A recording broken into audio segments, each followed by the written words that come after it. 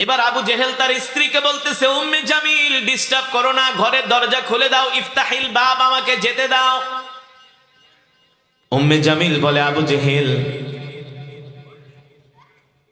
তুমি কোথায় যাবা, সত্য করে বলো। আবু জেহেল বলে, উম্মে জামিল আমি মুহাম্মদের কোরআন শোনার জন্য যাব। সুবহানাল্লাহ বলে। উম্মে জামিল বলে, তুমি যদি মুহাম্মদের কোরআন শুনতে যাও, আমি গেলে সমস্যা কি? আমিও তো মুহাম্মদের কোরআন তেলাওয়াতকে ভালোবাসি। আরে আল্লাহর নবীর কোরআনের তেলাওয়াতকে কেন ভালোবাসবে না? আল্লাহর নবী হলেন রহমাতুল লিল আলামিন। নবীজির চেহারা দেখলেই তো সব কাফেররা কাইত হয়ে যাইত। এত সুন্দর করে আল্লাহ তাআলা আমার নবীকে বানাইছে, এত সুন্দর করে আল্লাহ তাআলা পৃথিবীর কোনো মানুষকে বানায় নাই, ঠিক কিনা বলেন? পৃথিবীর যত সৌন্দর্য আছে সব আল্লাহ তাআলা আমার নবীকে দান করছে। মক্কার কাফেররা আল্লাহ নবীর চেহারা দেখে তো পাগল হয়ে যাইত। এবার চিন্তা করেন আল্লাহ তাআলা নবীকে কেমন একটা কণ্ঠ দিছিল, যেই কণ্ঠের সুর শুনে মক্কার কাফেররা পাগল হয়ে গেছে। আল্লাহু আকবার। উম্মে জামিল বলে, আবু জেহেল আমি তোমার স্ত্রী, তোমার প্রিয়তমা, আমি মক্কার কোনো মানুষকে বলবো না, তুমি আমাকে সাথে করে নিয়ে যাও, আমিও মুহাম্মদের কোরআন শুনতে যাব। এবার আবু জেহেল উম্মে জামিলরে বলে, তাইলে ভালো করে হাত মুখ ঢাক, বোরকা পরবি না, চোখ ঢাক, মুখ ঢাক, মহিলা মানুষ, একে আমি যাই, আবার তুই যদি সাথে যাস মক্কার মানুষ জানতে পারলে পিঠের চামড়া থাকবে না। বোরকা পর, ভালো করে হাত পাও ঢাক। উম্মে জামিল এবার কম্বল দিয়া তার চোখ ঢাকতেছে, মুখ ঢাকতেছে, বুঝেন নাই, কেউ যাতে উম্মে জামিলকে না চিনি। এবার দুইজন ঘটিয়ার বাটি মিলা বাইতুল্লাহর দিকে রওনা শুরু করছে কোরআন তেলাওয়াত শোনার জন্য। জোরে বলেন সুবহানাল্লাহ। দেখেন ওরা কোরআনের বিরোধিতা করেছিল, আর আল্লাহ ওদেরকে কিভাবে সাইজ করে। ওমাকারু ওমাকারাল্লাহ ওয়াল্লাহু খায়রুল মাকিরিন। আল্লাহ তাআলা বলে, তোমরাও ষড়যন্ত্র করো, আর আমি আল্লাহ তোমাদের ষড়যন্ত্রকে নস্যাৎ করে দেই। তোমরা কৌশল করো, আর আমার আল্লাহর কৌশল হলো উত্তম কৌশল, ঠিক কিনা বলেন? এবার আবু জেহেল তার স্ত্রী দুইজনে মিলা বাইতুল্লাহর পাশে যায়, বাইতুল্লাহর দেয়ালের সাথে ট্যাগ দিয়া বৈশা বৈশা কোরআন শুনতেছি। কোরআন শুনতে শুনতে দুইজনে ঘুমায় গেছে। গভীর রাত, বুঝেন না, দুইজন ঘুমায় গেছে। এবার ঘুমাইতেছে ঘুমাইতেছে, হঠাৎ করে সকালবেলা সূর্যটা যায় আবু জেহেলের কপালের উপরে পড়ছে। সকালবেলা সূর্য পড়লে কেমন হয়, গরম লাগে না? হঠাৎ করে কিরের সূর্যের আলো। আবু জেহেল চোখ মিলার তাকায় দেখে, মনে করছে বাড়িতে ঘুমাইতেছে, আসলে তো বাইতুল্লাহর সাথে, বাইতুল্লাহর পাশে দেওয়ালের সাথে পিঠ লাগায় ঘুমাইতেছে। এবার আবু জেহেল তার স্ত্রী উম্মে জামিলকে বলে, মহিলা তাড়াতাড়ি ওঠ, দৌড় মার, মক্কার মানুষ জানতে পারলে আমারেও মারবো, তোরেও মারবো। দুইজনে দৌড় শুরু করছে। উম্মে জামিলের কম্বল একটা ভুলে রাখা গেছে, মহিলা মানুষ তো একটু, বুঝেন না, মহিলা মানুষ তো তাড়াহুড়ার কাম পারে না, তাড়াহুড়া করতে গেলেই ভেজাল। কম্বল একটা থুইয়া দৌড় মারছে। ওইদিকে ছোট ছোট নেতারা কয়, আজকে তো আবু জেহেল আসবে না, আমরা ওই সুযোগটা কাজে লাগাই। উতবা, সাইবা, আবু লাহাব সবাই আসছে, এক একজন এক এক কোনায় বসছে। এবার যখন দৌড় শুরু করছে, এক একজন এক এক রাস্তা দিয়া আল্লাহর কৌশল চৌরাস্তায় যায়, সবাই সবার মুখোমুখি হয়ে গেছে। আবু লাহাব কয়, আবু জেহেল কই গেছিলা? আবু জেহেলকে, তুমি কই গেছিলা? আবার দিয়ে সাথে মেম সাহেব লিয়ে আইছো। এবার ভাব খারাপ দেখে আবু লাহাবকে, আবু জেহেল সোজা বাড়িতে যাও গা, তুমি যেখানে গেছো আমি ওইখানে গেছি। সামনে যায় দেখে উতবার সাইবা দুইটা। কিরে তোরা কই গেছিলি? ওস্তাদ আপনি আইন করে, আপনি রক্ষক হইয়া, আপনি রক্ষক হইয়া আপনি বক্ষকের কাতারে অবতীর্ণ হয়েছেন। আপনি নিজে আইন করছেন যাতে কেউ মুহাম্মদের কোরআন শুনতে না যায়, আপনি নিজেই তো কোরআন শুনতে গেলেন। আবু জেহেল আর আবু লাহাব এক হইয়া কয়, না, এই কাজ আমরা করি নাই, আমরা গেছিলাম পাহারা দিতে। উতবা সাইবা কয় প্রমাণ কিন্তু আছে। কয় কিসের প্রমাণ? কয় আপনার স্ত্রী উম্মে জামিল কম্বল ফালায় আসছে, এই কম্বল আমাদের কাছে আছে। ওই যে কম্বল একটা ফালাইছে বলে। আবু জেহেল কয় না। কয় তাইলে আপনার স্ত্রীর কম্বল গায়ে যেটা ওইটার সাথে সিল মিলাই। মক্কার কোষাগার থেকে কম্বল পাইছিলেন মনে আছে নাকি? সিল লাগানো কম্বল। এবার আবু জেহেল বুদ্ধিমান চালাক মানুষ। আবু জেহেল তো ওর আসল নাম হলো আবাল হেকাম, হেকমতের জ্ঞানের বাবা। চালাক মানুষ তো কয় না এখানে বেশি পেঁচাল পারলে পরে আশেপাশের মানুষজন শুনলে, বোঝেন নাই, একটা বড় ধরনের কেচাল হয়ে যাবে, আস্তে করে ইজ্জত নেওয়া ভাগে। আবু জেহেল তার স্ত্রী উম্মে জামাইল আজকে তোরে বাইতে নিয়ে সাইজ করুন, তুই তো কম্বল ফালাইছিস দেখে আজকে এই ঘটনা ঘটছে, নাহলে তো বাইচা গেছিলাম চাপা চোপা মাইরা। কিন্তু বাঁচতে পারে নাই। আবু জেহেল বুদ্ধিমান মানুষ, বাড়িতে দেয়া চিন্তা করে জিনিসটা ছোট থাকতেই দামা চাপা দেওয়া দরকার, বড় হইলে তো আরো সমস্যা হয়ে যাবে। মক্কার মানুষ জানবো আবু জেহেলে আইন করে আবু জেহেল আইন ভঙ্গ করছে। আবু জেহেলকে আমরা নেতা মানি না, ঠিক কিনা বলেন? এবার আবু জেহেল কি করছে? ও মুসলমান, সিরাতের কিতাবের মধ্যে আসছে, একেবারে সত্য ঘটনা, বিশ্বাস না করলে কিন্তু সমস্যা। সিরাতের কিতাবের মধ্যে আসছে, সিরাত ইবনে হিশাম সিরাতে মুস্তাফার মধ্যে আসছে। আবু জেহেল সকালবেলা বাড়ির থেকে নাস্তা টাস্তা খায়া এবার কয় ছোট নেতার বাড়িতে যায় আগের থেকে ওদের মুখ বন্ধ করি, কেউ যাই না গেলে কিন্তু সমস্যা হয়ে যাবে। এবার আবু জেহেল উতবার বাড়িতে গেল, আখনাস ইবনে শরীফের বাড়িতে গেল, যে দরজায় নক করে কয় এই ইফতাহিল বাব, দরজা খোল। আবু জেহেলকে দেখা উতবা কয় আজকে গরিবের বাড়িতে হাতির পাড়া, হাতি তো আর এমনি পাড়া দেয় না, বিড়াল কিন্তু সাদে মান্দার গাছে ওঠে না, বিপদে পইরাই ওঠে, ঠিক কিনা বলে? আবু জেহেল মনে মনে কয় তোর বাড়িতে তো আর সাদে আসি নাই রে, বিপদে পইরাই আসছে। এবার আবু জেহেল উতবার ঘরে যায়, আখনাস ইবনে শরীফের ঘরে যায়, বলে শোন, যা হইছে না হইছে এই কথা মক্কার তৃতীয় কোনো মানুষে বলিস না, আমাদের দুইজনের মধ্যেই সীমাবদ্ধ থাক। আবু জেহেল এবার আবেগ নিয়ে বলতেছে, সত্যি করে বল, মোহাম্মদ যে কোরআন পড়ে আমরা বলি মোহাম্মদ বানায় বানায় কবিতা পড়ে, আসলে তো এগুলা কবিতা না, আমরা আমাদের বাপ দাদারাও কবি ছিল, আমরাও কবি স্বভাবের মানুষ।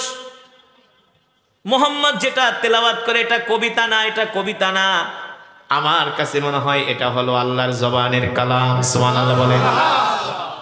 এবার আখনাস ইবনে শরীফ, উতবা সাইবা দুইজনও বলে হা আবু জেহেল আপনি ঠিকই বলছেন, মোহাম্মদ যেটা তেলাওয়াত করে এটা দুনিয়ার কোনো মানুষের বানানো কবিতা নয়, এটা হলো আল্লাহর জবানের কালাম। আল্লাহু আকবার, জোরে বলেন আল্লাহু আকবার। পড়ি আলহামদুলিল্লাহ। ইমানদার মুসলমান, সমস্ত প্রশংসা কার জন্য? আল্লাহ। আরো জোরে বলুন। একমাত্র মহান রব্বুল আলামিনের জন্য, যিনি আমাদেরকে সৃষ্টি করেছেন, ঠিক কিনা বলেন? ইমানদার মুসলমান, আমাদের হায়াতের মালিক কে? আমাদের রিজিকের মালিক কে? আমরা কার গোলাম? জোরে বলুন। বয়ান কি চলবে? কতক্ষণ? কতক্ষণ? মাত্র 15 থেকে 20 মিনিট বয়ান হবে, কিন্তু একজনও উঠাউঠি করা যাবে না। রাজি আছেন? হ্যাঁ, আমি বুঝি আপনারা কর্মব্যস্ত মানুষ, সকালে অনেকের অফিস আছে না, ফ্যাক্টরিতে যেতে হবে আমি জানি। সুতরাং অল্প সময় কিছু কোরআনের কথা হবে, যেই কথাগুলো শুনলে ইমানের পাওয়ার বাড়বে। আমি মনে করি এই কথাগুলো না শুনলে আপনারা অনেক কিছু মিস করবেন। এতক্ষণ যে কোরআন থেকে তেলাওয়াত শুনেছেন, সরাসরি সেই কোরআন থেকে কিছু কথা হবে। আপনাদের যেমন ব্যস্ততা আছে, আমার ব্যস্ততাও কিন্তু কম না, বুঝতে পারছেন? সবাই আমরা ব্যস্ত, তো আমরা 15-20 মিনিট কোরআনের জন্য দিতে পারবো না ইনশাআল্লাহ? সেই ইমানের পাওয়ার, সেই ধৈর্য আমাদের আছে। আরে ওরা যদি রাত 3টা বাজে উঠে আর্জেন্টিনা ব্রাজিলের খেলা দেখতে পারে, ওরা যদি রাত গভীরে ওইটা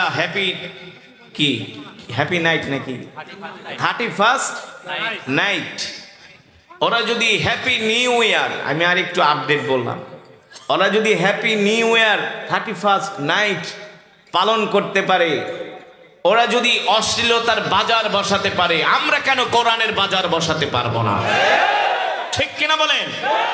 ওদের চেয়ে তো আমাদের কোমর দুর্বল নয়, ওদের চেয়ে আমাদের মেরুদণ্ড শক্ত। ঠিক কিনা বলেন? ওরা যদি হারাম কাজ করতে পারে, আমরা কেন হালাল কাজ করতে পারবো? হ্যাঁ, অল্প সময় কোরআনের জন্য আমরা দিতে রাজি আছি। কে কে রাজি নাই হাত উঠাই। মাশাআল্লাহ, আপনারা অনেক সচেতন। আমি দেখলাম আপনাদের ইমানের পাওয়ার বাড়ছে নাকি কমছে? আসলেই বাড়ছে। কারণ ওয়াইদা তুলিয়াত আলাইহিম আয়াতুহু যাদাতহুম ঈমানা, কোরআন শুনলে ঈমান বেড়ে যায়। বিশ্বাস করেন, কোরআন শোনার পরে আপনাদের ঈমান কিন্তু বেড়ে গেছে। বলছেন কে? আল্লাহ তাআলার কথা কোনোদিন মিথ্যা হতে পারে? নাউযুবিল্লাহ। যালিকাল কিতাবু লা রাইবা ফীহি হুদাল লিল মুত্তাকিন। যেই কোরআন আমি আপনাদের সামনে পড়েছি, এই কোরআনের মধ্যে কোনো সন্দেহ নাই, সন্দেহের অবকাশ নয়। ঠিক কিনা মুসলমান? আমি যে কোরআন পড়েছি আপনারা শুনেছেন, এই কোরআনুল কারীমের তেলাওয়াত শোনার কারণে এক এক হরফে 10টি করে নেকি পেয়েছেন। কয়টা করে নেকি? এই মাজমায় যারা উপস্থিত হয়েছেন সকলেই এক খতম করে কোরআনুল কারীমের সওয়াব পেয়েছেন। কয় খতম? মিয়া টের তো পান না, পারলে এক খতম কোরআন শরীফ পড়ায় দেখেন না, পড়ায় দেখেন। 10 জন ইমাম সব লাগবো। কয়জন? হ্যাঁ, এক ইমাম গো বাবা আমার ডায়াবেটিস, আমি তো মিষ্টি মুষ্টি খাই না। আর এক ইমাম গো একটু দেশি গায়ের দুধ দিয়ে একটু মিষ্টান্ন রাইন্দো। আর একজনে গো আমি ফার্ম খাই না, দেশি মুরগি আইনো। কথা কয় না? এই বাজার করতে করতে আপনি 10,000 শেষ। হ্যাঁ, এবার জোহরের পরে খতম টতম পড়া দোয়া ঠোয়া কইরা খায়া ঠায়া যাওয়ার সময় কইব, চৌধুরী সাহেব গেলাম। কথা কেনা? আপনার বাড়ি থেকে মাগনা পড়তে আইব নাকি? খায়া দেয়া কাম নাই? আসবে কেউ? মাগনা পড়তে আসবে? আপনিও আনবেন না, আপনিও তাকে কি করবেন? হাদিয়া দিবেন। তো 10 জন ইমাম সাহেবকে 500 করে দিল, কত লাগে? আর এই জামানে 500-600 হাদিয়া গেলা হুজুরা নেয় না, 1000 দিতে হয়। ঠিক কিনা বলেন? হাদিয়া হাদিয়া দেওয়া নেওয়া সুন্নত। তার মানে কি, বর্তমানে এক খতম কোরআন পড়াইতে গেলে 10,000 টাকা 20,000 টাকা খরচ হয়। আর আপনারা একটু কষ্ট করে আসার কারণে এক একজন এক এক খতম করে কোরআনুল কারীমের সওয়াব পেয়েছে। খুশি নাকি বেজার? বলি আলহামদুলিল্লাহ। এই কারণে তো উচিত ফজর পর্যন্ত বসে থাকা। আল্লাহু আকবার, আল্লাহু আকবার। আল্লাহ তাআলা এই খাতমে কোরআনের সওয়াব আমাদের মা বাবার কবরে পৌঁছে দিন, আমাদের দাদা দাদির কবরে পৌঁছে দিন।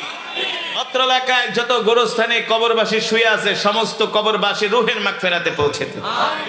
মুসলমান, আমি আপনাদের সামনে যে কোরআন পড়েছি, এই কোরআন কার? যেটা বলুন, এই কোরআন আল্লাহর জবানের কালাম। ঠিক কিনা বলেন? আল্লাহ তাআলা তার হাবিবের উপরে কোরআন নাজিল করেছেন আর বলেছেন, ওয়ানুনাজ্জিলু মিনাল কুরআন ওয়ানুনাজ্জিলু মিনাল কুরআনি মা হুয়া শিফাউন ওয়া রাহমাতুল লিল মুমিনিন ওয়া লা ইয়াজিদুজ জালিমিনা ইল্লা খাসারা। সুবহানাল্লাহ বলেন। আল্লাহ তাআলা বলেন, হাবিব আমি আল্লাহ আপনার উপর যে কোরআন নাজিল করেছি, এই কোরআন আমি মানুষের মুক্তির জন্য নাজিল করেছি। সুবহানাল্লাহ বলেন। এই কোরআন হলো আমাদের জন্য মুক্তি, এই কোরআন হলো আমাদের জন্য শিফা। সুবহানাল্লাহ বলেন। এই কোরআনুল কারীমের মধ্যে এমন একটা সূরা আছে, যে সূরাকে বলা হয় সর্বরোগের মহা ঔষধ। নাম কি? জোরে বলেন, নাম কি? কেউ যদি সূরাতুল ফাতিহা প্রতিদিন 7 বার করে তেলাওয়াত করে, পানিতে ফু দিয়া সেই পানি পান করে, আল্লাহ তাআলা তাদেরকে দুরারোগ্য ব্যাধি থেকে হেফাজত করবে। বিশ্বাস হয় কি হয় না? এই সূরাতুল ফাতিহা এমন একটা সূরা, এমন একটা মেডিসিন, এমন একটা ঔষধ। আল্লাহু আকবার।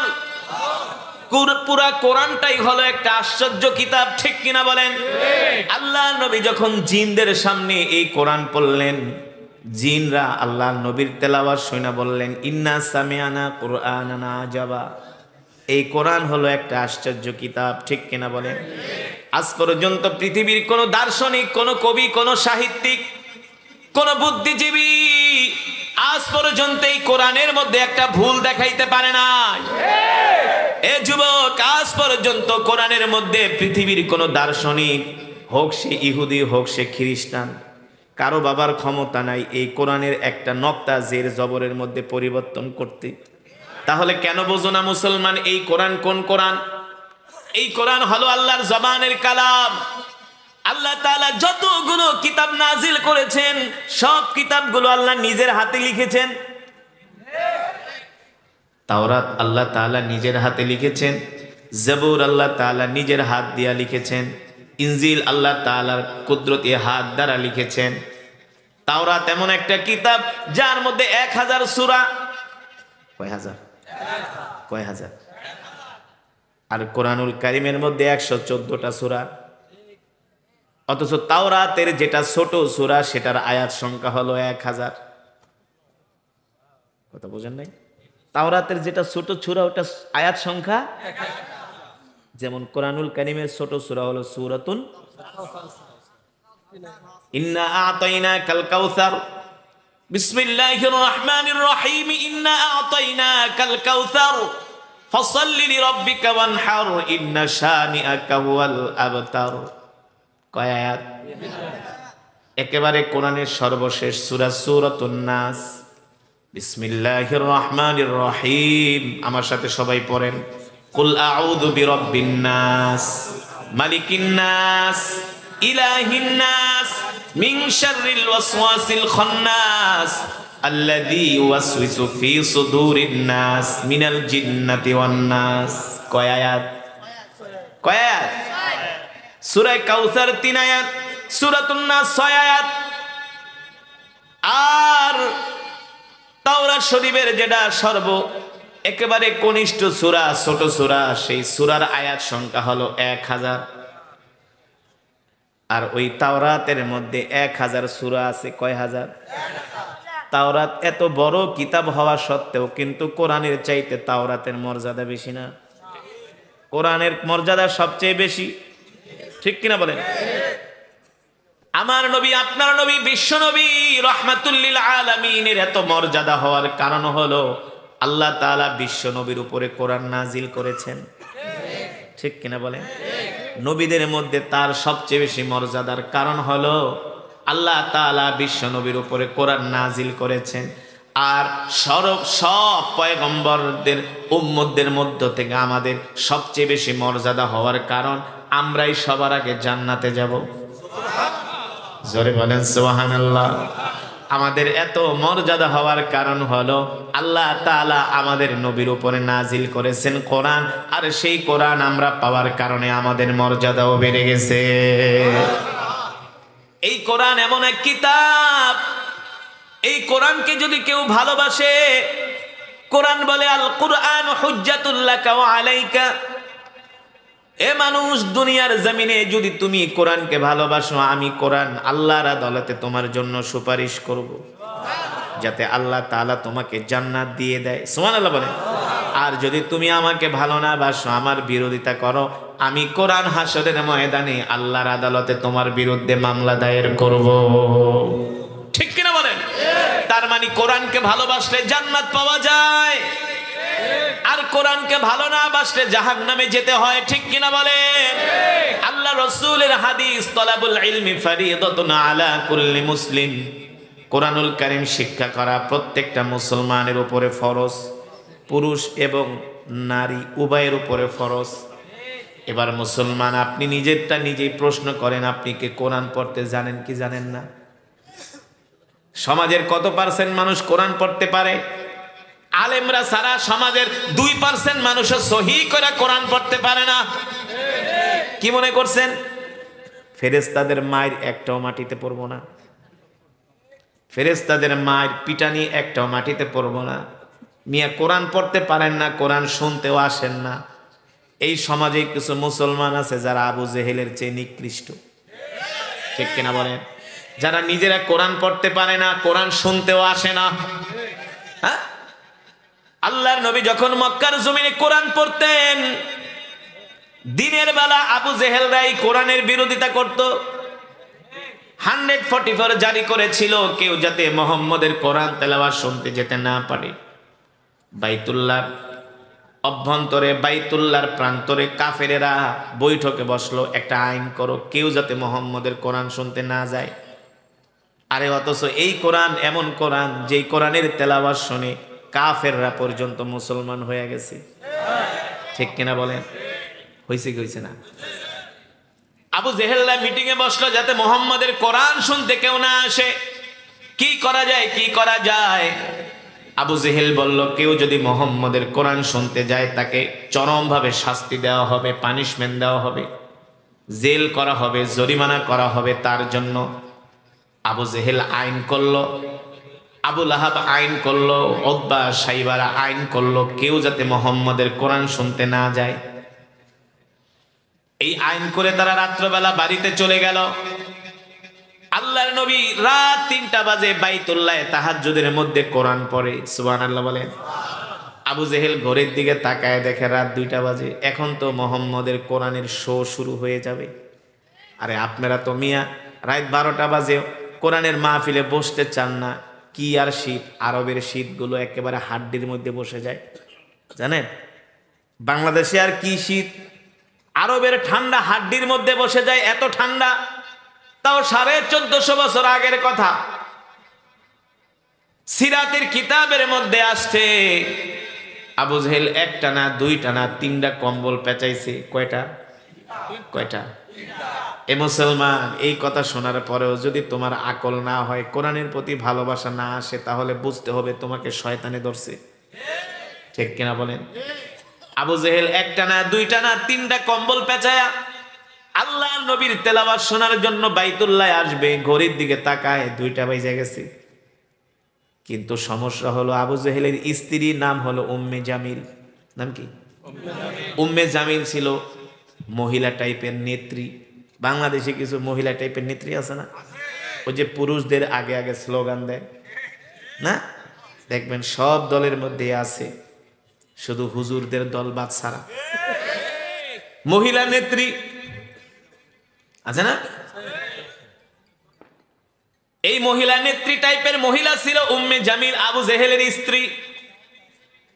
আবু জেহেল প্রতিদিন চুরি কইরা পালায়া পালায়া আল্লাহ নবীর তেলাওয়াত শুনতে চলে যায়। উম্মে জামিল ঘুম থেকে ওইটা আবু জেহেলরে পায় না। এবার উম্মে জামিল মনে মনে কয়, আজকে রাত্রে আবু জেহেল তুমি কোথায় যাও, আমি তোমাকে ধরবো। বুঝছেন না? এবার উম্মে জামিল ঘুমানের ভান ধরছে। আবু জেহেল মনে করছে তার স্ত্রী ঘুমায় গেছে, আস্তে করে দরজাটা খুলতে লইছে। দরজার যখন লক খুলছে, ঠাস করে একটা আওয়াজ হয়ে গেছে, আংটার একটা শব্দ হয়ে গেছে। উম্মে জামিল চোখ দুটা খুইলা দেখে আবু জেহেল 3 কম্বল পেঁচাইয়া কুপি একটা হাতে নিয়ে ঘর থেকে বের হইছে। উম্মে জামিল ডাক দেয়, আবু জেহেল কোথায় যাও? এত রাত্রবেলা, রাত 2টা বাজে, এত রাত্রে তো কুত্তাও ঘর থেকে বের হয় না ঠান্ডার মধ্যে। এত রাত্রে তুমি বের হচ্ছ কারণ কি? এই আবু জেহেল তুমি কোথায় যাও? আবু জেহেল তার স্ত্রীকে বলে, চুপ কর বেটি, জ্বালাজালি করিস না, ভালো কাজে যাইতেছি। আসলেই তো ভালো কাজে যায় না? আল্লাহ নবীর জবানে কোরআন শুনতে যাইতেছে, এর চাইতে আর ভালো কাজ হইতে পারে নাকি? বলে, বেটি চুপ থাক। উসকুত ইয়া জাওজি, ইয়া জাওজিল গালি, প্রিয়তমা স্ত্রী ডিস্টার্ব করো না। ইফতাহিল বাব, দরজা খুলে দাও, আমাকে যেতে দাও। আবু জেহেলের স্ত্রী কম্বল টাইনা ধরছে, কেন না তোমার চরিত্র ভালো না, রাইতের বেলা কই যাও কে? সি সি সি, এভাবে বলে না, আমি ভালো কাজে যাচ্ছি। উম্মে জামিল বলে, ভালো কাজ কোন কাজে যাও আমাকে বলতে হবে, যদি না বলো আজকে তোমাকে ঘর থেকে বের হতে দিব না। আবু জেহেল তো পড়ছে বিপদে। এইদিকে তো আল্লাহর নবী কোরআনুল কারীমের তেলাওয়াতের শো শেষ হয়ে যাবে, তাহাজ্জুদের সময় আর কতক্ষণই থাকে, বুঝেন নাই? আবু জেহেল পাগল পাড়া হয়ে গেছে, কিভাবে ঘর থেকে বের হওয়া যায়। আবু জেহেলের স্ত্রী ছাড়ে না। এক পর্যায়ে আবু জেহেল বলে, তুমি আমাকে যেতে দাও। উম্মে জামিল বলে, আমি যেতে দিব না। আবু জেহেল বলে, আমি কোথায় যাই তোমাকে বলতে পারি, তুমি আর আমি ছাড়া এই কথা মক্কার কোনো মানুষকে বলবা না। যদি বলো প্রিয়তমা স্ত্রী, আগামীকাল সকালে মক্কার মানুষের মায়ের একটাও মাটিতে পড়বো না। তাইলে কিন্তু তোমার আবু জেহেলের নেতাগিরি থাকবে না, নেতৃত্ব থাকবে না। উম্মে জামিল বলে, ঠিক আছে কোথায় যাও বলো আমাকে। আবু জেহেল বলে, শোনো, আমরা আজকে বাইতুল্লাহর প্রাঙ্গণে বৈশা মিটিং করেছি, যাতে মোহাম্মদের কোরআন তেলাওয়াত কেউ শুনতে যেতে না পারে। যেহেতু আজকে প্রথম রাত, এই রাত্রবেলা কেউ যাবে না, এই সুযোগটা আমি হাতছাড়া করতে চাই না। এই সুযোগে আমি একা একা বৈশা বৈশা বাইতুল্লাহ যায় মোহাম্মদের তেলাওয়াত শুনবো। জোরে বলেন সুবহানাল্লাহ।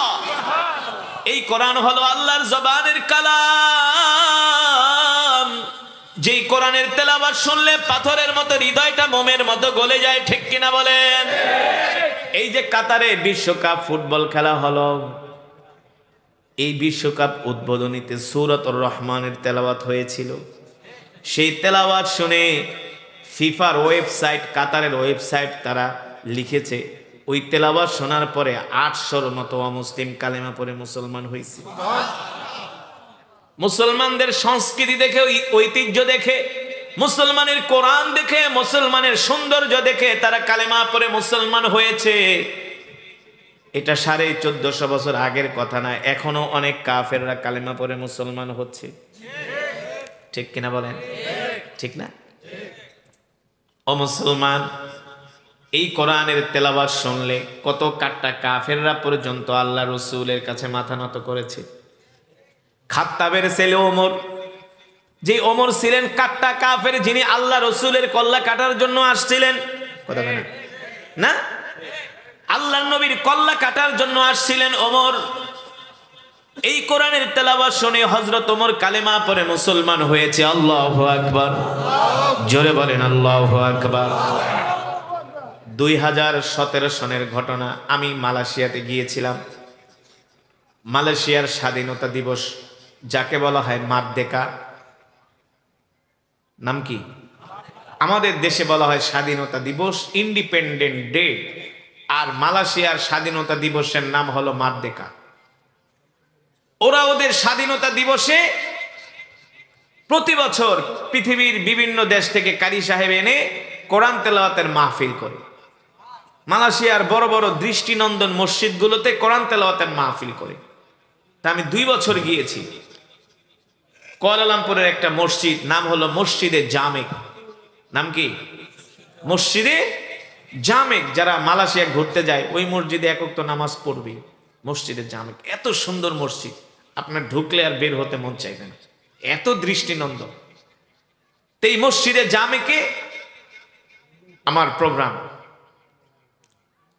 আসরের নামাজের পরে আমার নাম ঘোষণা করা হলো। আমি কোরআনুল কারীম থেকে তেলাওয়াত করতেছি, দেখি অসংখ্য চাইনিজ, আমেরিকান, ইউরোপিয়ান, পাশ্চাত্যের অনেক খ্রিস্টান ছেলেমেয়েরা, তারা মসজিদের, আপনারা যেমন দাঁড়ায় আছেন, তারা মসজিদের আঙ্গিনার পাশে দাঁড়ায় আছে। আয়েশা বলতেছে, আমাদেরকে ঢুকতে দাও, এন্ট্রি দাও। মসজিদ কমিটি বলতেছে, তোমরা অমুসলিম, তোমাদের গায়ে পোশাক নাই। ওই দেশের মেয়েরা তো, আমেরিকা, ইউরোপের মেয়েরা তো আর আমাদের দেশের মেয়েদের মতো পোশাক পরে, পুরা শরীর অর্ধনগ্ন। বলে এই অবস্থায় তো মসজিদে ঢোকা যাবে না। তো ওই সব দেশের মসজিদে আলাদা ইউনিফর্ম থাকে, বোরকার মতো। ওই ইউনিফর্মগুলো পরে পরে ওরা ঢোকে, ভিজিট করে, ঘুরে, মুসলমানের ইতিহাস ঐতিহ্য দেখে। পরে বলতেছে আমাদেরকে ঢুকতে দাও। বলে ইউনিফর্ম শেষ। দেখতেছি অনেক মহিলারা ব্যাগ থেকে ওদের বস্ত্রগুলো বের করে বুক ঢাকতেছে, মাথা ঢাকতেছে, ঢেকে ওরা ঢুকতেছে। ঢুইকা মসজিদের আঙ্গিনায় মসজিদের বারান্দায় বসে বসে তেলাওয়াত শুনতেছে, অসংখ্য, অগণিত। তো আমার যখন প্রোগ্রাম শেষ হলো, আমি দেখি অনেক অমুসলিম। আমি জিজ্ঞেস করলাম, ওদেরকে কি ইনভাইট করা হয়েছে? বলে না, ওরা তেলাওয়াত শুনে কোরআনের সুরের মূর্ছনায় আবেগ আপ্লুত হয়ে ওরা মসজিদে প্রবেশ করেছে। এই কোরআন এমন এক কিতাব, যত বড় কাট্টা কাফেরের সামনে পড়েন দেখবেন ওদের মাথা নত হয়ে যাবে কোরআনের কাছে। ঠিক কিনা বলেন? এই কোরআনের তেলাওয়াত শুনে কত অমুসলিম বড় বড় খেলোয়াড়, কত নায়ক নায়িকা, গায়ক গায়িকারা মুসলমান হয়েছে। হ্যাঁ, কত বড় বড় খ্রিস্টান পণ্ডিতরা কালেমা পড়ে মুসলমান হয়েছে। কিন্তু আজ পর্যন্ত ইতিহাস দেখাইতে পারবেন যে হিন্দুদের ধর্মগ্রন্থ শুইনা, খ্রিস্টানদের ইহুদিদের ধর্মগ্রন্থ শুইনা কোনো মুসলমান ওদের ধর্ম গ্রহণ করছে? ইম্পসিবল, প্রশ্নই আসে না। যদিও দুই একজন কুলাঙ্গার মুসলমান ধর্ম পরিবর্তন করে, সেটা করে অ্যাফেয়ারের কারণে, সম্পর্কের কারণে। কিন্তু ওদের ধর্মের প্রতি আসক্ত হয়ে, ধর্মীয় কিতাবের প্রতি আসক্ত হয়ে কখনো কোনো মুসলমান অমুসলিম ধর্ম, অন্যান্য ধর্ম গ্রহণ করে নাই, একমাত্র ইসলাম ছাড়া। ঠিক কিনা বলেন? মুসলমান। এবার আবু জেহেল তার স্ত্রীকে বলতেছে, উম্মে জামিল ডিস্টার্ব করো না, ঘরের দরজা খুলে দাও, ইফতাহিল বাব, আমাকে যেতে দাও। উম্মে জামিল বলে, আবু জেহেল তুমি কোথায় যাবা, সত্য করে বলো। আবু জেহেল বলে, উম্মে জামিল আমি মুহাম্মদের কোরআন শোনার জন্য যাব।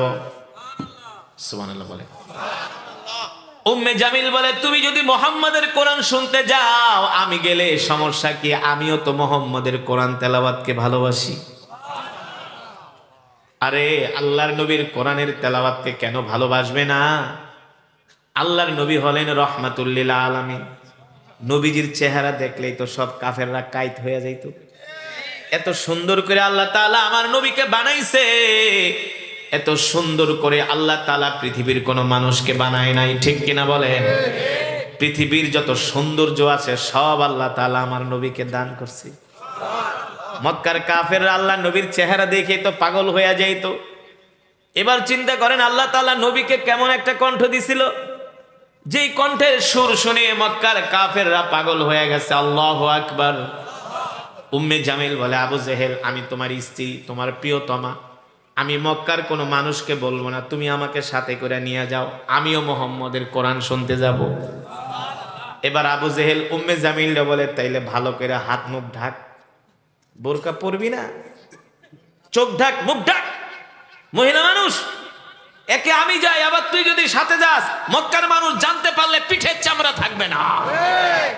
বোরকা পর, ভালো করে হাত পাও ঢাক। উম্মে জামিল এবার কম্বল দিয়া তার চোখ ঢাকতেছে, মুখ ঢাকতেছে, বুঝেন না, কেউ যাতে উম্মে জামিলকে না চিনি।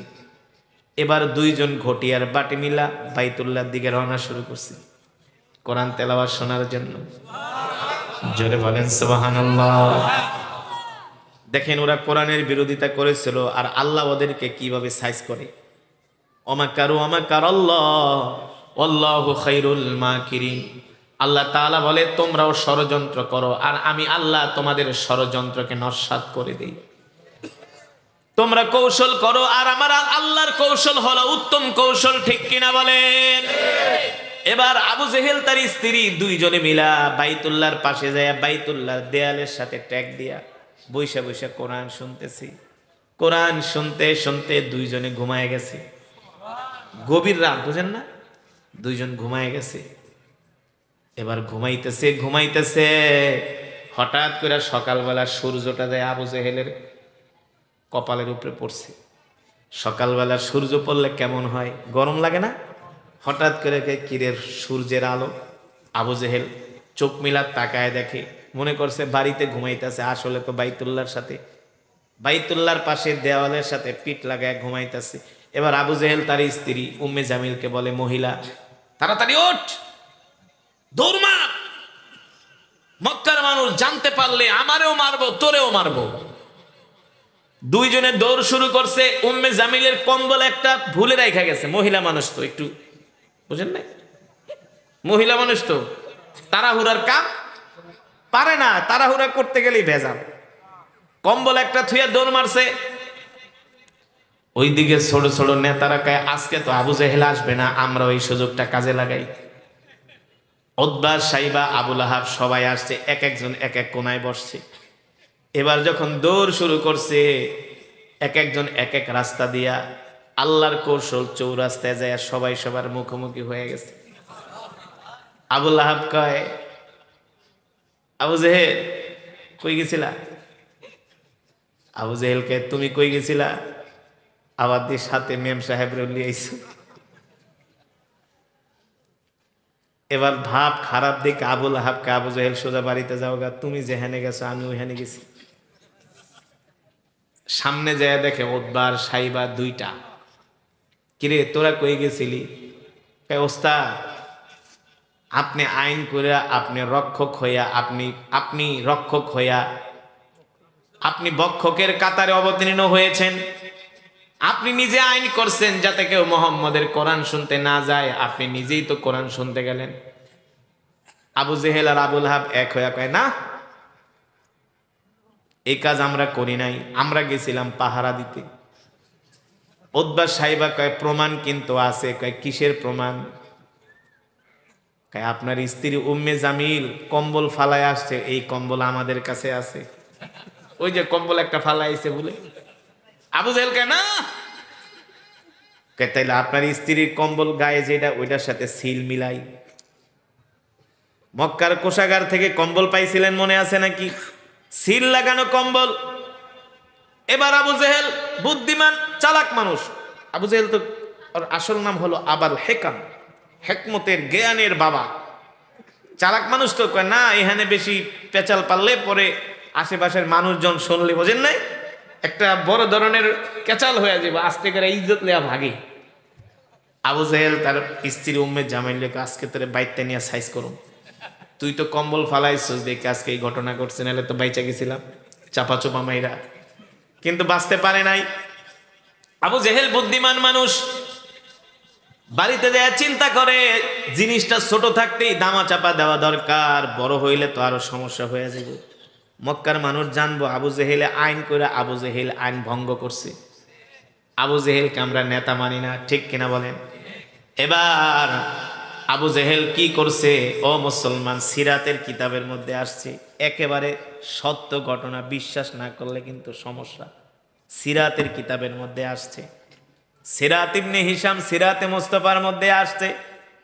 আবু জেহেল সকালবেলা বাড়ির থেকে নাস্তা টাস্তা খায়া এবার কয় ছোট নেতার বাড়িতে যায় আগের থেকে ওদের মুখ বন্ধ করি, কেউ যাই না গেলে কিন্তু সমস্যা হয়ে যাবে। এবার আবু জেহেল উতবার বাড়িতে গেল, আখনাস ইবনে শরীফের বাড়িতে গেল, যে দরজায় নক করে কয় এই ইফতাহিল বাব, দরজা খোল। আবু জেহেলকে দেখা উতবা কয় আজকে গরিবের বাড়িতে হাতির পাড়া, হাতি তো আর এমনি পাড়া দেয় না, বিড়াল কিন্তু সাদে মান্দার গাছে ওঠে না, বিপদে পইরাই ওঠে, ঠিক কিনা বলে? আবু জেহেল মনে মনে কয় তোর বাড়িতে তো আর সাদে আসি নাই রে, বিপদে পইরাই আসছে। এবার আবু জেহেল উতবার ঘরে যায়, আখনাস ইবনে শরীফের ঘরে যায়, বলে শোন, যা হইছে না হইছে এই কথা মক্কার তৃতীয় কোনো মানুষে বলিস না, আমাদের দুইজনের মধ্যে সীমাবদ্ধ থাক। আবু জেহেল এবার আবেগ নিয়ে বলতেছে সত্যি করে বল, মোহাম্মদ যে কোরআন পড়ে আমরা বলি মোহাম্মদ বানায় বানায় কবিতা পড়ে, আসলে তো এগুলা কবিতা না, আমাদের বাপ দাদারাও কবি ছিল, আমরাও কবি স্বভাবের মানুষ। মোহাম্মদ যেটা তেলাওয়াত করে এটা কবিতা না, এটা কবিতা না, আমার কাছে মনে হয় এটা হলো আল্লাহর জবানের কালাম। সুবহানাল্লাহ বলেন। এবার আখনাস ইবনে শরীফ, উতবা সাইবা দুইজনও বলে হা আবু জেহেল আপনি ঠিকই বলছেন, মোহাম্মদ যেটা তেলাওয়াত করে এটা দুনিয়ার কোনো মানুষের বানানো কবিতা নয়, এটা হলো আল্লাহর জবানের কালাম। আল্লাহু আকবার, জোরে বলেন আল্লাহু আকবার। আবু জেহেল বলে শোনো উতবা সাইবা, মোহাম্মদের বিরোধিতা ঠিকই করি, কিন্তু মোহাম্মদের কোরআন তেলাওয়াত না শুনলে থাকতে পারি না। মুসলমান, এই কোরআন হলো সেই কোরআন যে কোরআনের কথা আল্লাহ কোরআনুল কারীমের মধ্যে বলছেন, ইন্না নাহনু নাযালনা যিকরা ওয়া ইন্না লাহু লাহাফিজুন। আল্লাহ তাআলা বলেন, নবী আমি আল্লাহ আপনার উপর যে কোরআন নাজিল করেছি এই কোরআন হেফাজত করার দায়িত্ব আমি আল্লাহ আমার নিজ কুদরতি হাতে গ্রহণ করেছি। আল্লাহ তাআলা এই কোরআনের হেফাজত করবে, শুধু কোরআনের হেফাজত করবে না, যারা কোরআনের পক্ষে থাকবে আল্লাহ তাআলা তাদেরকেও হেফাজত করবে। ঠিক কিনা বলে? আল্লাহ কোরআন হেফাজত কিসের মাধ্যমে করবে? আল্লাহ তাআলা কোরআন হেফাজত করবে, আল্লাহ তাআলা নিজেই কোরআনের জিম্মাদারি নিয়েছেন। ঠিক কিনা বলেন? এই কোরআনের মধ্যে কেউ পরিবর্তন করতে পারবে না। দেখেন এই কোরআন এমন একটা কিতাব, একটা মানুষ দুইটা ইংলিশ কবিতা মুখস্থ রাখতে পারে না, বাংলা কবিতা মুখস্থ রাখতে পারে না, কিন্তু আজকের মাহফিল থেকে দুইটা হাফেজে কোরআন পাগড়ি নিছে। ওরা এই কোরআন কিভাবে মুখস্থ করলো? আমিও তো এই কোরআন মুখস্থ করেছি মাত্র 13 মাসে। কত মাসে? 13 মাসে এই কোরআন মুখস্থ করছি, অনলি 13 মাস। যেই দিন লাস্ট সবক দেই 7 পারা, আমার আজও পর্যন্ত মনে আছে, 7 পারার দিন আমি 13 পৃষ্ঠা সবক দিছি। এই কোরআন কিভাবে মুখস্থ করা সম্ভব? আল্লাহ নিজে বলছেন, ওয়ালাকাদ ইয়াসসারনাল কুরআনা লিযিকরি ফাহাল মিন মুদ্দাকির। আমি আল্লাহ কোরআনকে মানুষের জন্য সহজ করেছি, নাইলে এই কোরআন কখনো মুখস্থ করা সম্ভব হতো না। ঠিক কিনা বলেন? আজকে যে হাফেজে কোরআন পাগড়ি নিল, তাদের কত মর্যাদা, কত মর্যাদা তাদের মা বাবার কত মর্যাদা জানেন? আল্লাহ তাআলা হাসরের ময়দানে বলবেন, ইকরা ওয়ারাত্তিল কামা কুনতা তুরাত্তিলু ফিদ দুনিয়া। এই হাফেজে কোরআন, দুনিয়াতে যেভাবে কোরআন পড়তা এখনো সেভাবে কোরআন পড়ো। হাফেজে কোরআন এক আয়াত পড়বে জান্নাতের এক তলায় উঠবে, আর এক আয়াত পড়বে আর এক তলায় উঠবে। হাফেজে কোরআনদের একেবারে সর্বোচ্চ তালা হবে যেখানে কোরআনের আয়াত শেষ, সেখানে হবে তাদের বাসস্থান। মান ক্বারাআল কুরআন ফাস্তাযহারাহু ফাআহাল্লা হালালাহু ওয়া হাররামা হারামাহু আদখালাহু আল্লাহুল জান্নাহ ওয়া শাফাআহু ফি কুল্লি আশারাতিন মিন আহলি বাইতিহি কুল্লুহুম ক্বাদ ওয়াজাবাত লাহুন নার। আল্লাহু আকবার। যারা এই কোরআন শিখবে, কোরআন অনুযায়ী আমল করবে, সুবহানাল্লাহ বলেন, যে কোরআন শিখবে, কোরআন অনুযায়ী আমল করবে, হালালকে হালাল মনে করবে, হারামকে হারাম মনে করবে, এই কোরআন অনুযায়ী তার জীবনটাকে সাজাবে, আল্লাহর কোরআন হাসরের ময়দানে তাদের জন্য সুপারিশ করবে, তাদের জন্য জান্নাত ওয়াজিব হয়ে যাবে। আল্লাহু আকবার বলেন। এই কারণে মুসলমান, আসুন আমরা নিজেরাও কোরআন শিখি, আমাদের সন্তানদেরকে কোরআন শিখাই। আজকে যে নুরানি তালিমুল কোরআন মাদ্রাসার উদ্যোগে মাহফিল, এই মাদ্রাসায় আপনারা আপনাদের সন্তানদেরকে ভর্তি করান, হাফেজ বানান, আলেম বানান।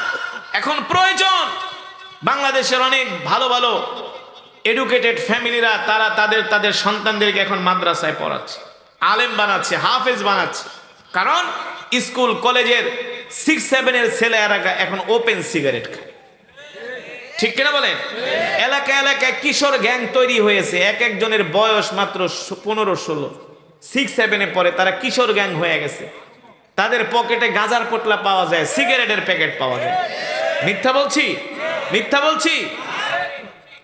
আমি আমার এলাকার একটা স্কুলে প্রতিদিন হাঁটি, দুপুরবেলা একদিন গেছি হাঁটতে, দেখি 6-7 পোলা 4-5টা মিলা স্কুল বন্ধ, মাঠের এক কোণায় বসে বিড়ি টানতেছে।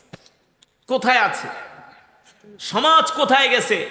কিন্তু কোন মাদ্রাসার ছাত্ররে বিড়ি টানতে দেখছেন? গাঁজা খেতে দেখছেন? দেখবেন না। আপনাদের সাথে কোনো বেয়াদবিও করবেন, আপনাদের দেখলে সালাম দিবে। ঠিক কিনা বলেন? আপনাদেরকে সম্মান করবে। এই কারণে আমাদের সন্তানদেরকে সুসন্তান বানানোর জন্য মাদ্রাসার শিক্ষার কোনো বিকল্প নয়। আমরা আমাদের সন্তানদেরকে মাদ্রাসায় ভর্তি করাবো, আলেম বানাবো, নিজেরাও কোরআন শিখবো, কোরআন অনুযায়ী আমাদের জিন্দিগিটাকে গড়ে তুলবো। আল্লাহ তাআলা আমাদের সকলকে তৌফিক দান করুন। এই মাহফিল, এই মাজমাকে আল্লাহ তাআলা কিয়ামত পর্যন্ত কবুল করুন বলে আমিন। দুরূদ শরীফ পড়ি। আল্লাহুম্মা সাল্লি আলা মুহাম্মাদ ওয়া আলা আলি মুহাম্মাদ কামা